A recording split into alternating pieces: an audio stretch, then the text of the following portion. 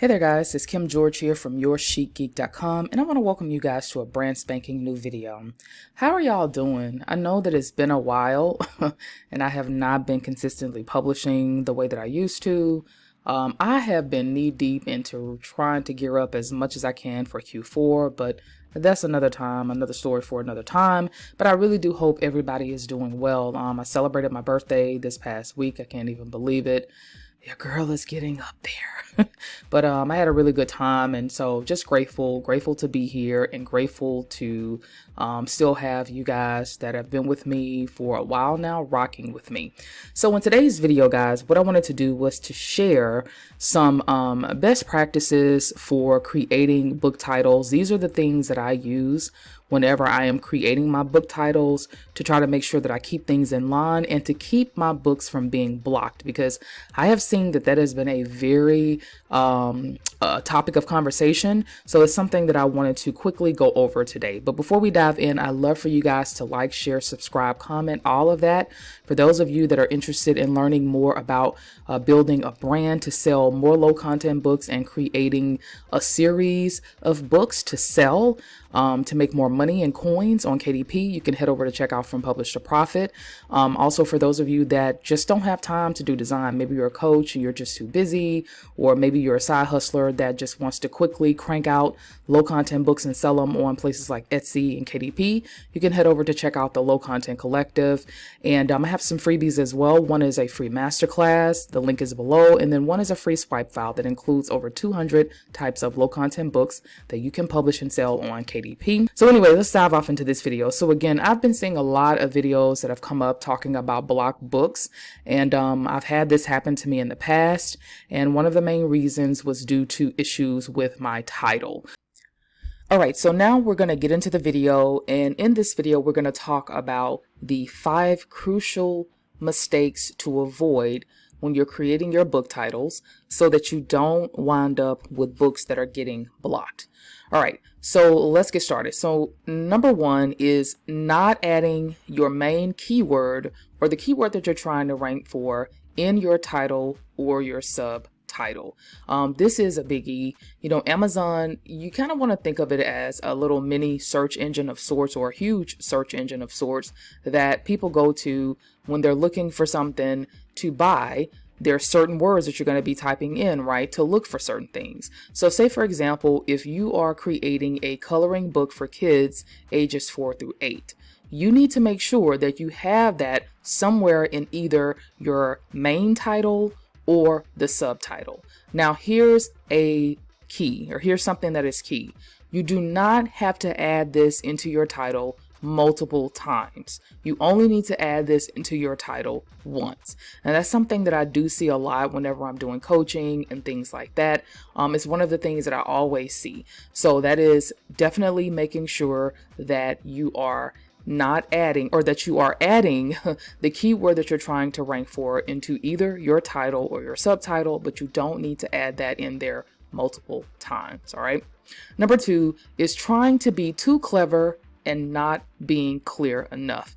I've seen this a lot. And so what I mean by that is this. I've seen it to where people have like things like the page numbers of the book size, the dimensions, and all kinds of other unnecessary information in the title. This is not the place to add that information, guys. You want to add this information into your book's description. Your title should be just that. It should be basically telling people, you know, what the book is, who it's for, and how it's going to help them. So again, things like page numbers, the book sizes, your book dimensions, things like if it's an 8.5 by 11 or 6 by 9, all of this other irrelevant information does not need to go into your title. It needs to go into your product description. All right. So again, stay away from trying to be too clever.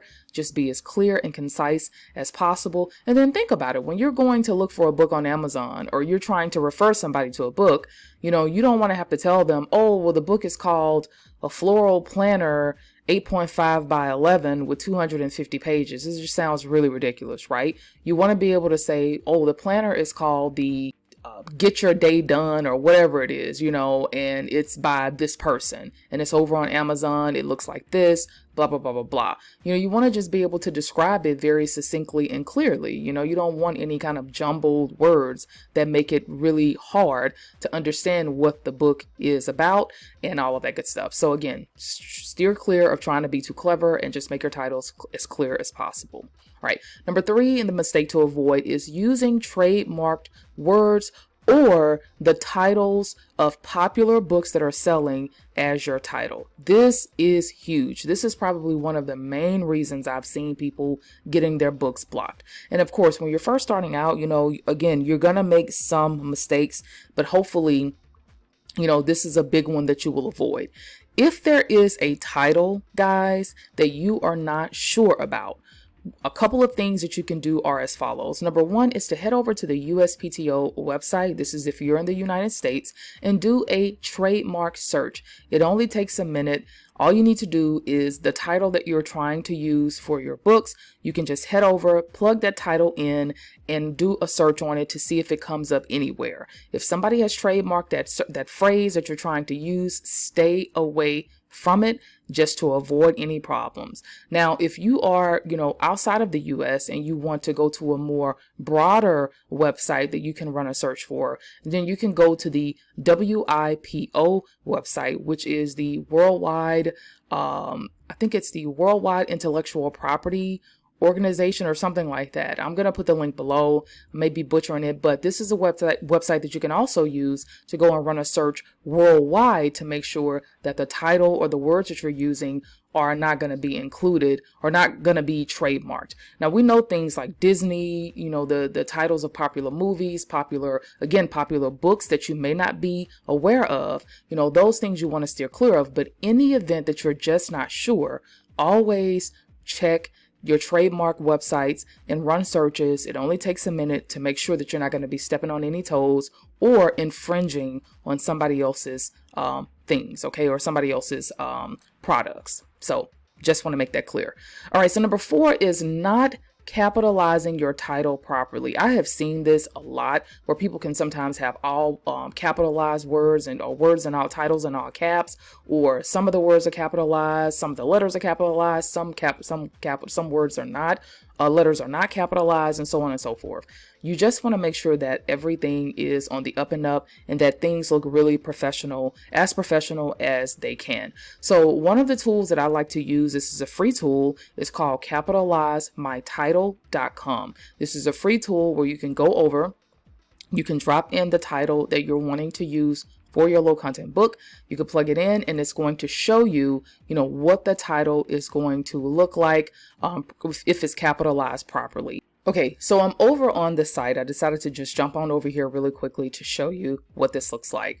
So there are a few options. I thought it was 3, but there's a few options that you can look at, guys, to make sure that you are capitalizing your titles correctly. So basically, you just paste your title in here, and then you can go to title case, you can go to sentence case, uppercase, lowercase, first letter, etc. So if I wanted to do my book title goes here, okay, you can put that there, and then you can go to title case, you can go to first letter case, all that kinds of stuff. And either way, it's going to show you. Now, I would use first letter case right here. And then what you can do is once you've capitalized your title correctly, you can copy this and then you can paste it over into KDP. But I just wanted to share this tool with you guys really quickly because it has been very helpful for me whenever I'm trying to make sure that my titles are capitalized correctly. Okay, and then last but not least, and this isn't really a crucial mistake or anything to avoid or anything. This is kind of more of a bonus kind of tip. And this is something that I've been doing that has been very helpful. And that is running a check through ChatGPT to make sure that my title sounds good, that it sounds natural sounding, and that it's clear, succinct, and to the point. So this is just basically, you know, making sure that things are, again, on the up and up. And all I basically do is the title that I have, that I've worked on for my book, is I basically just give that to ChatGPT and I will just ask it, hey, can you give me feedback on this title? And what I love about ChatGPT is it will tell you, you know, yes, your title sounds good. You know, it's clear, it's to the point, it has a target audience, blah, blah, blah, blah, blah. or it will tell you, well, you know, the title sounds okay, but here are some suggestions that you can use to beef it up even more. And it will even list out some suggestions for you. So those are just some of the things that I wanted to talk about really quickly, guys, that have been kind of on my mind as far as titles go. I hope that this video has been helpful for you. And again, I started off kind of wrecking things and messing things up, and it took me a little bit to get the hang of things, but I hope that these tips do help you guys with avoiding things that will cause you issues, okay, with your books getting blocked. So thank you so much for watching. I'll see you guys in another video on the next time. All right, y'all stay safe out there, and bye. Oh, and also really quickly, wanted to let you guys know, and I'll be posting this below, I'm going to be opening up some limited slots for those of you that are struggling with a low content book design, to help you guys with designing your low content books. So if that is you, if you just really struggle with it, or maybe you just really don't have a lot of time, or etc., and you want to work with me, I love to work with you. So I have a link below for that as well, or you can just reach out to me to find out more about this opportunity. All right, check you guys later. Y'all stay safe, and I'll talk to you guys later. Bye.